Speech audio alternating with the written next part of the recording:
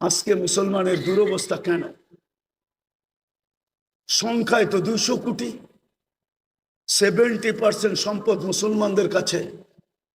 আমি শিক্ষিত মানুষকে জিজ্ঞাসা করতে চাই, বলেন 70% দুনিয়ার ধন সম্পদ কাদের কাছে? আমেরিকার কাছে, কানাডার কাছে, অস্ট্রেলিয়ার ইংল্যান্ডের কাছে, না ইউরোপের কাছে, না জাপানের কাছে? 70% সম্পদ মুসলমানের কাছে। আপনি মানবেন না? আপনি আমারটা তালা নোট করেন, তারপরে গুগলে যে তালাশ করেন, গুগল আপনাকে আমার কথাই বলবে যে 70% সম্পদ দুনিয়ার মুসলমানের কাছে। সংখ্যায় 200 কোটি, খাই বেশি, পড়ি বেশি। আমি তো বলি আপনাদের মাধ্যমে, মিডিয়ার মাধ্যমে দুনিয়াকে জানাইতে চাই, হায় যদি আজকে 200 কোটি মুসলমান আমার কথা শুনতো। 5 বৎসর যদি মুসলমান, কেননা আমাদের ঘরে যেই ব্যবহৃত কাপড় আছে, আমি আমার ঘর বলি 10 বৎসর না 15 বৎসর ব্যবহার করলেও এটা শেষ হবে না। সবার ঘরেই 5 বৎসর চলবে। যেই ব্যবহৃত কাপড় ঘরে আছে, ওনার ঘরে নাই নাকি? 5 বৎসর চলবে না?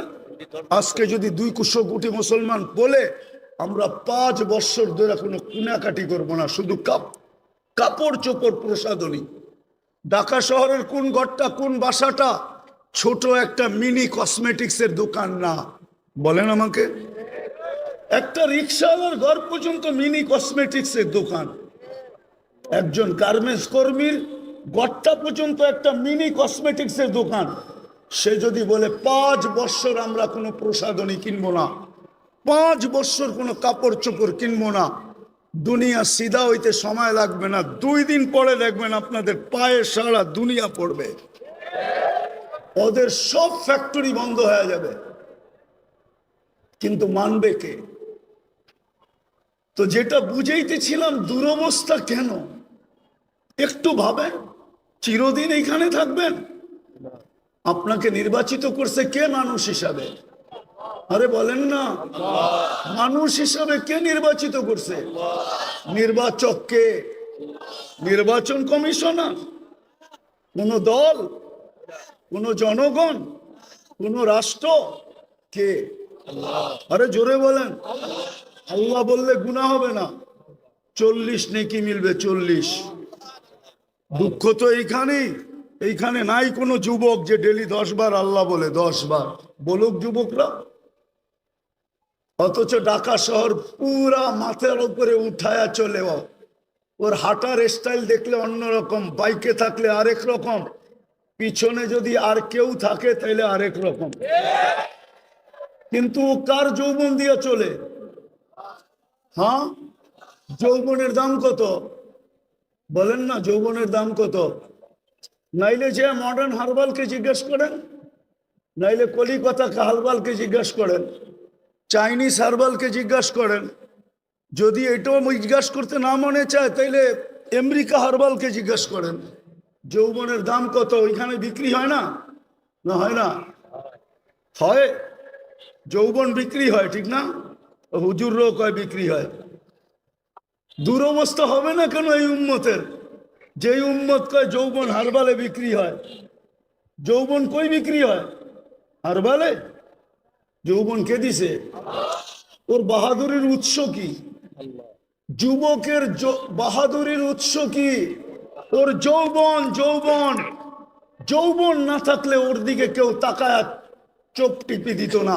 যৌবন না থাকলে ওর দিকে তাকায় কেউ মুস্কি হাসি দিত না। তৃতীয় লিঙ্গ দেখেন না, দেখা খালি হাততালি দেয়। আজ পর্যন্ত তো কেউ চোখ টিপি দিল না, আজ পর্যন্ত তো কেউ ফুলে ফুল দিল না। ওর উৎস তো হলো যৌবন। তো সারাদিনে 10 বার আল্লাহ বলে না। এই মজমার কেউ নাই ডেলি 200 বার আল্লাহ বলে। বলুক আমাকে। পীরের মুরিদও তো দেখতেছি 1-8 জন হবে ডেলি 200 বার আল্লাহ বলে না। অথচ 24 ঘন্টা বুক করি কারটা? আরে কার? হ্যাঁ, অক্সিজেন কয় লিটার বলেন না? 550 লিটার অক্সিজেন নেন ডেলি। ঢাকা শহর আজ থেকে 20 বছর আগের থেকে শুনে আসতেছি, বসবাসের উপযোগী না, সবচেয়ে দূষণযুক্ত শহর ঢাকা। কিন্তু তারপরও ছোটবেলার থেকে শুনে আসতেছি, তারপরও দেখতেছি daily 550 litre oxygen pure supply দিতেছে কে? হ্যাঁ, ডেলি কয়বার শ্বাস নেন? 80,000 বার নেই, 80,000 বার ছাড়ি। 80,000 বার আমার ভিতর থেকে আল্লাহ কার্বন ডাই অক্সাইডকে আউট করেন। 80,000 বার। ডেলি কিডনি কয়বার আল্লাহ ডায়ালিসিস করেন? আরে বলেন না। 36 বার আপনার কিডনিকে ডায়ালিসিস করেন। এখনো কিডনি সবারটা ডায়ালিসিস হইতেছে। দাঁড়ায়া আছে ওঠটা হইতেছে, বৈশা আছে ওঠটা হইতেছে, শুয়া আছে ওঠটা হইতেছে। কিন্তু আপনাদের বিজ্ঞান বিজ্ঞান বিজ্ঞান। কিছু শিক্ষিত লোক আছে শুধু সারাদিন বিজ্ঞান নিয়ে থাকে। ওর বিজ্ঞানকে আমি জিজ্ঞাসা করি, 7 দিন ডায়ালিসিস করে দেখাতো, পুরা সপ্তাহ ডায়ালিসিস করে দেখাতো। বিজ্ঞানের কাছে তো 7 দিন ডায়ালিসিস করার প্রসেসিং টেকনোলজি এখনো আসে নাই।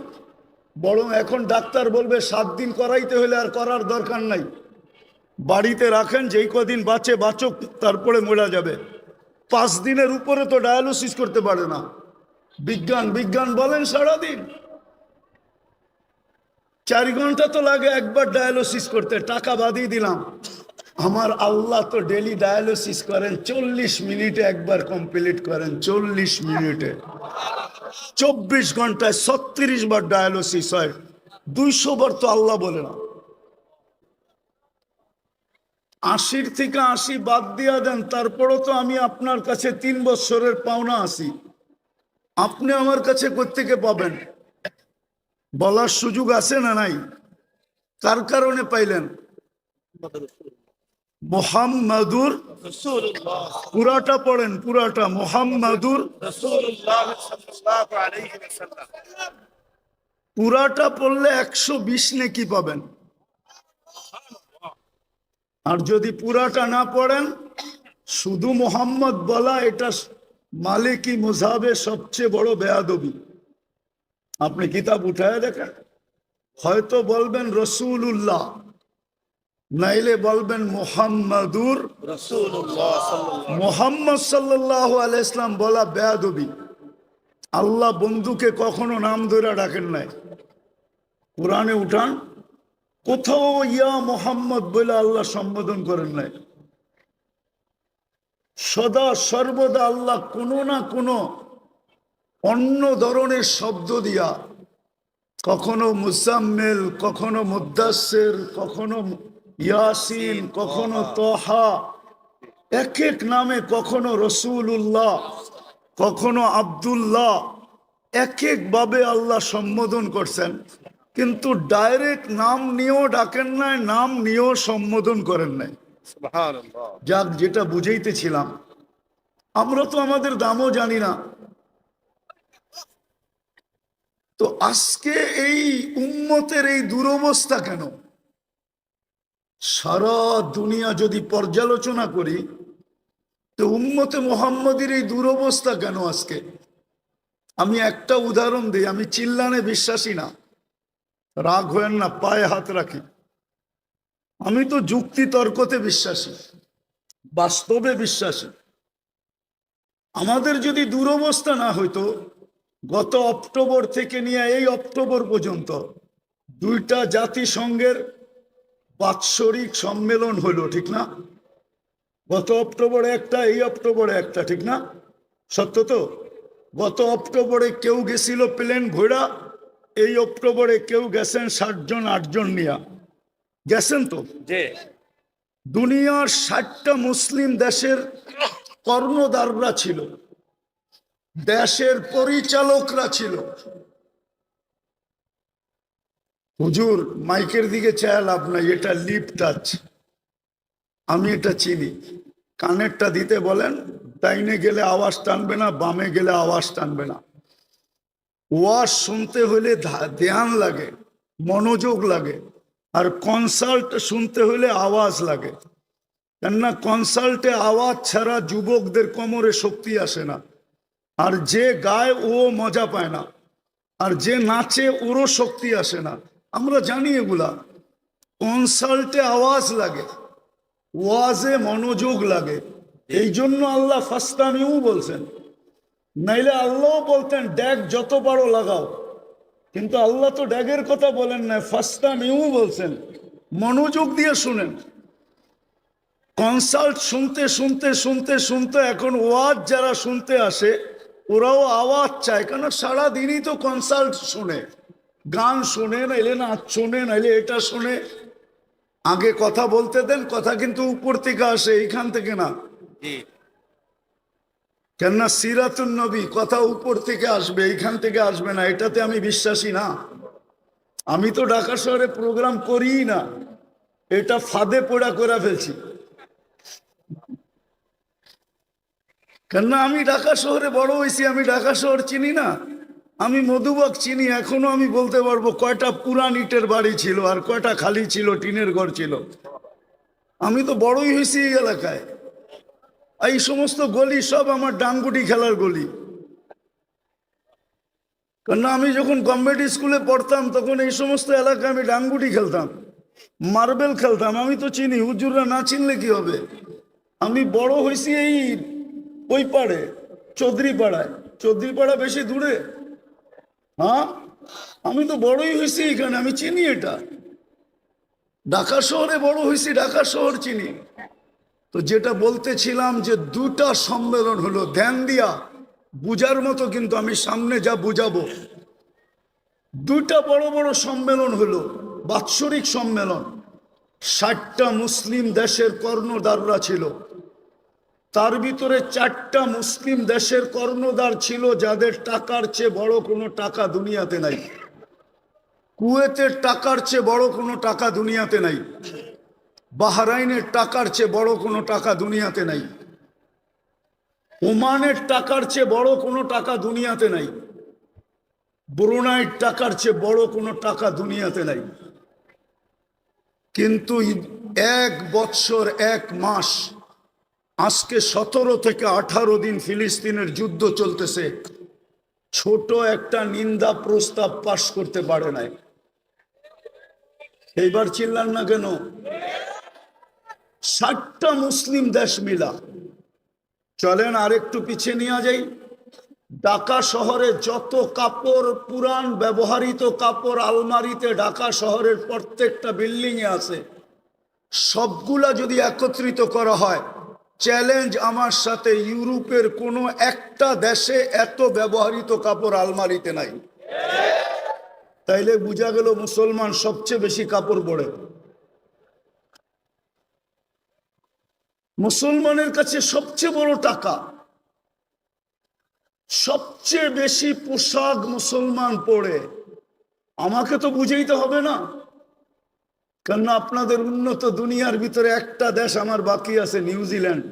এটা ছাড়া বাকি সব শেষ, একাধিকবার শেষ। কোনো দেশ কিয়ামতের দিন বলতে পারবে না যে এই ব্যক্তি আমাদের এখানে আসে নাই। অহংকার করে বলতেছি না, সবচেয়ে বেশি কাপড় মুসলমান পরে, সবচেয়ে বেশি আইটেম মুসলমান খায়। মুসলমানের চেয়ে বেশি আইটেম দুনিয়ায় কেউ খায় না। মুসলমানের চেয়ে প্রসাধনী দুনিয়ার কেউ ব্যবহার করে না। চ্যালেঞ্জ আমার সাথে। মুসলমানের থেকে ব্র্যান্ড কেউ ব্যবহার করে না।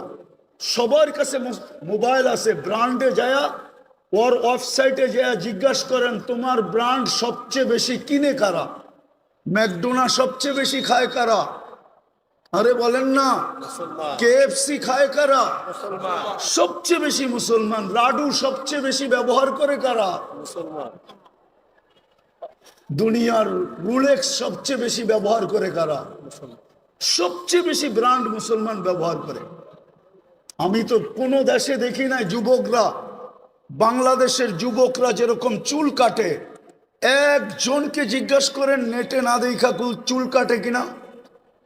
এইখানে যে দাঁড়ানো আছে সারা রাত্র নেটে ডিজাইন দেখে, তারপরে চয়েস করে, তারপরে স্ক্রিনশট দেয়, তারপরে সেলুনে নিয়ে যায়। সেলুনওয়ালা ডিজাইন দেখা পানি খায়া ঢোক গিলে তারপরে বলে 700 টাকা। জিজ্ঞেস করেন এদেরকে, 14 তারিখ তো আমি আমেরিকাতে দেখলাম, কিন্তু ঢাকা বাংলাদেশের মতো তো 14 তারিখ দেখলাম না। শুধু ফুল দেয়, ফুল দিলে তো মনকে বুঝাইতে পারতাম যে ফুল, তারপরে বিদায়। ফুল দেয়, হোটেলে খাওয়ায়, পার্সেল দেয়, পারে না কলিজা কাইটা বুনা করা তারপরে প্যাকেট করে দিয়া দিতে। তারপরে বলে আমাকে কমসে কম একবার হইলেও লেখা দিও I.U। কিন্তু তারপরও তো 90 ভাগ শেখ খাওয়া। আমি তো বলি প্রশাসন দেশ সামলাবে কি? এরা তো সামাজিকতার কারণে মিছিল করে না। এরা যদি মিছিল করতো ডেলি প্রত্যেক বাড়ির সামনে, তাইলে আমাদের যে প্রশাসন আছে এটা যথেষ্ট ছিল না। এরা তো সামাজিকতার কারণে শুধু মিছিল করতে পারে না, নাইলে প্রত্যেক বাড়ির সামনে যে মিছিল করতো, শেখে এসে আমার ভাই অমুকের রক্ষা নাই, বাইরেও বাড়ির থেকে। সবকিছু আমরা বেশি করি, তারপরও আমাদের কেন এই দুরবস্থা? বুঝান আমাকে। আপনারা তো মিডিয়া, ফিলিস্তিন মিডিয়ায় দেখা চিৎকার দেন, তাই না? আমি তো 14 বছর আগে ফিলিস্তিন দেখা আসছি। আমার তো যুগ বিয়োগ মিলে না যে ফিলিস্তিনে হামলা হয় তো হয় কি করে? ওইখানে তো খলিল শুয়ে আছে। বলো কোলামা, খলিল কোথায় শোয়া? খলিল বুঝছেন? ইব্রাহিম খলিলুল্লাহ কোথায় শোয়া? ফিলিস্তিনে। আমি তো চোখে দেখেছি ওয়াদিয়ে খলিল। মুসা আলাইহিস সালাম কোথায় শোয়া? ওয়াদিয়ে মুসা, ফিলিস্তিনে। 70 জন নবীর কবর চিহ্নিত যেখানে, যেই মাটির ভিতরে আল্লাহ বরকত মিশ্রিত করছেন, বারাকনা হাওলা। কোরআনই তো বলতেছি।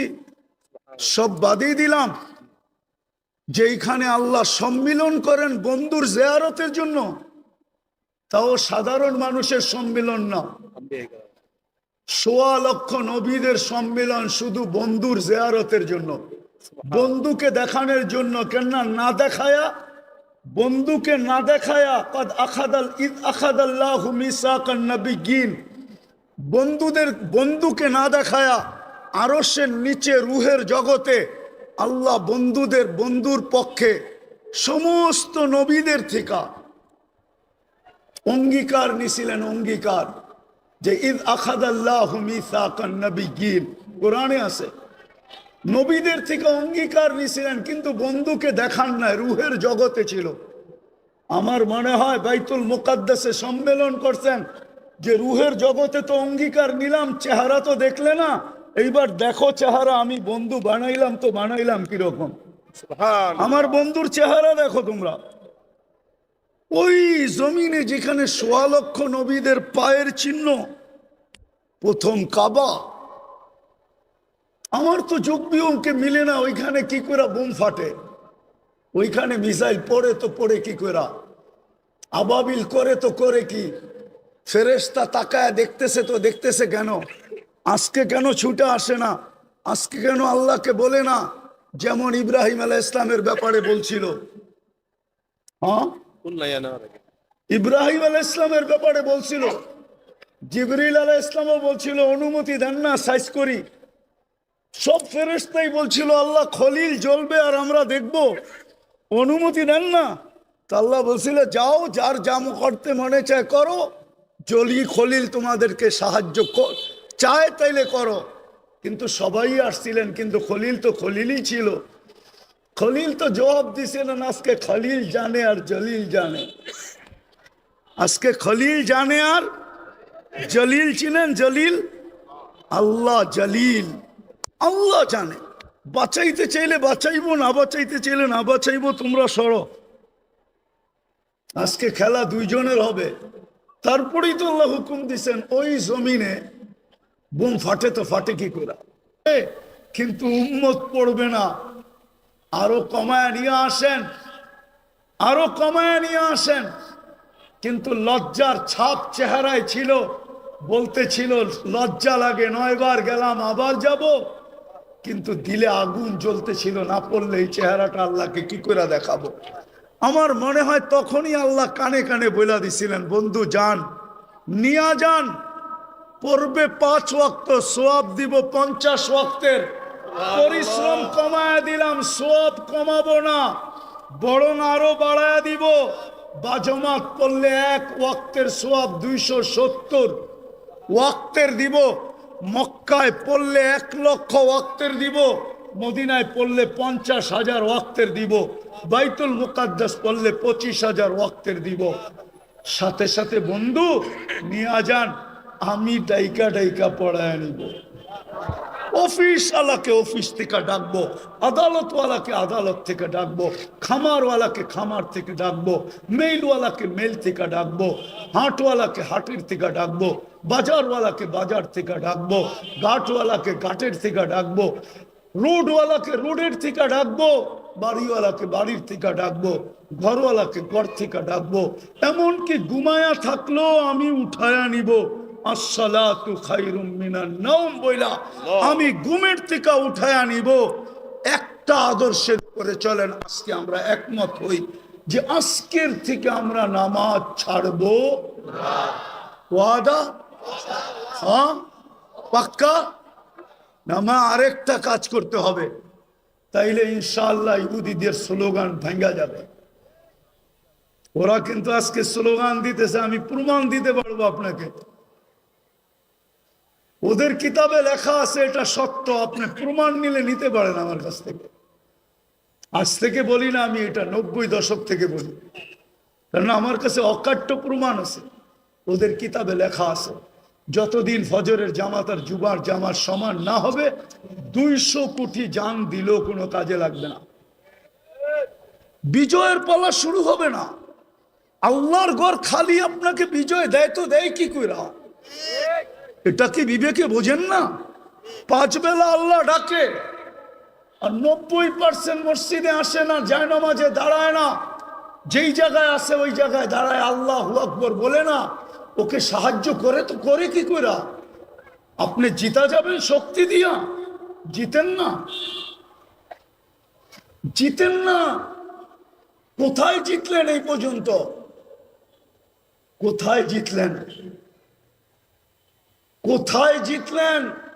1400 বছর আগে সাহায্য কোথায় আপনার সাথে বলেন? কোথায়? 500 বছর আগের সাহায্য কোথায়? 1000 বছরের আগের সাহায্য কোথায়? শুধু চিৎকার দিয়া মানুষের ব্রেন উল্টা করলে হবে না।